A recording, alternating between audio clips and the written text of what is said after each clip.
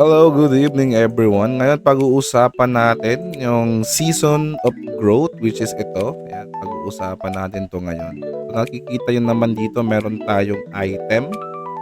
So, ang item na yan ay yung makikita natin sa ating inventory which is ito, Valkyrie Grail tsaka itong belt. Yung belt wala pa tayo niyan. Pero magpo-focus tayo ngayon dito paano natin pataasin yung ating growth. Ito.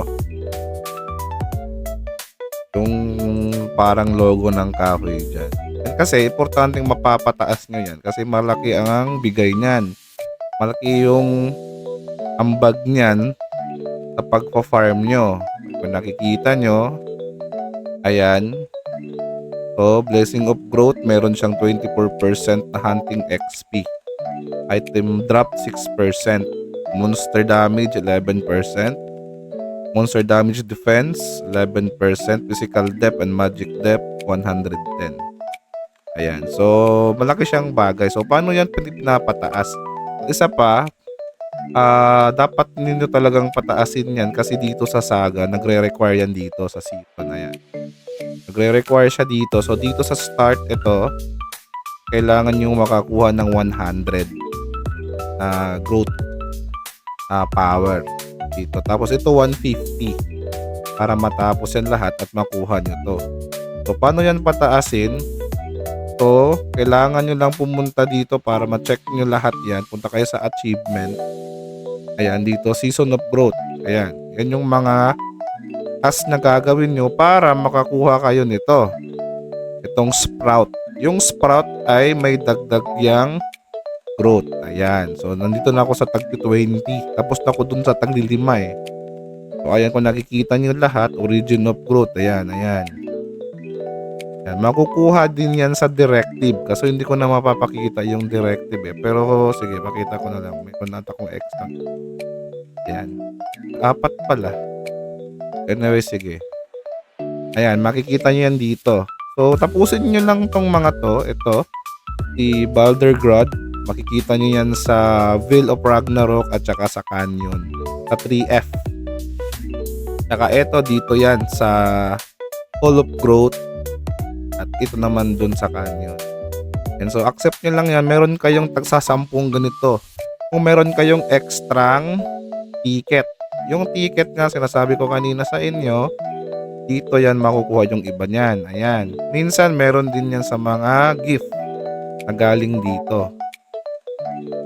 Ayan. So dito, meron yan. Diba? So antayin nyo lang. Tsaka, etong Feather of Growth naman ay ito yung ticket papunta dito kay Kabold. Which is may bigay din siyang growth power para tumaas yan. So punta kayo sa expedition, ayan, sa season. So kayo bahala kung saan nyo gustong pumasok. Nakadepende sa level nyo. Usually pumapasok ako dito sa level 4. Kasi hindi pa ako level 50. Kaya sa level 40 lagi akong pumapasok. Kasi maraming ganito. Usually ganito yung habol ko dyan minsan. Kasi ito, meron din tong dagdag na growth. Ayan. Yung matatapos nyo yan. So magsisimula yan sa 5, 10, 15, 20, 40, 50, ganun. Yan. So tapusin nyo lang yan para tumaas yung growth nyo. At isa pa, wala naman kayong kung kaya nyo namang may budget kayo, punta kayo dito sa Disir or sa Valkyrie. Meron yan dyan. Kung tatalpak kayo, dito kayo, makikita nyo dito. Ayan. Once na makakuha kayo niyan, may mga symbol yan yung kung parang kulay green. Mapupunta yan dito at madadagdagan yung growth power nyo dyan. So, mapupunta yan dito. Yan, dito sa Season of Growth Story Deck ninyo. Yan yung parang ganyan. So, example niyan is yung nakuha nating libreng Disir. May yon. Ayan, kung nakikita nyo, may green siya.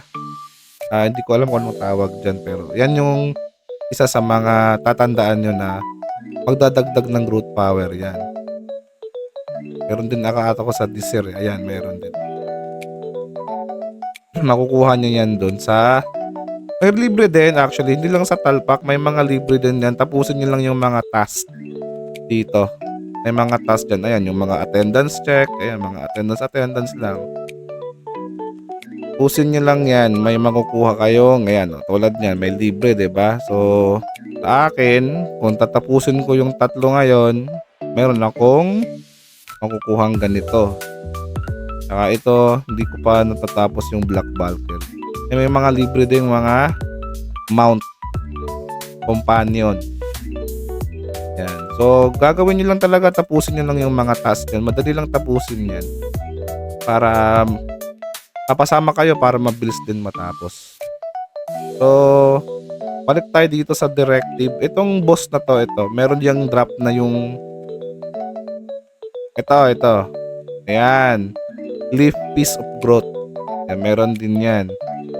Dadagdag yan doon. Taka, meron din ito.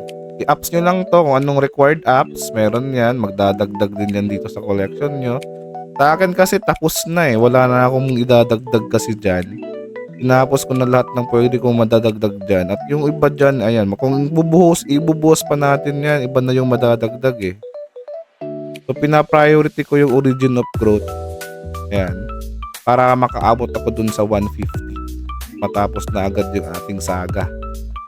Saka yung ating Valkyrie Grail. Ito. Another thing dito,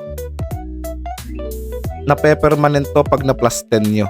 Diba may expiration yan. Pwede nyo siyang ilagay dito.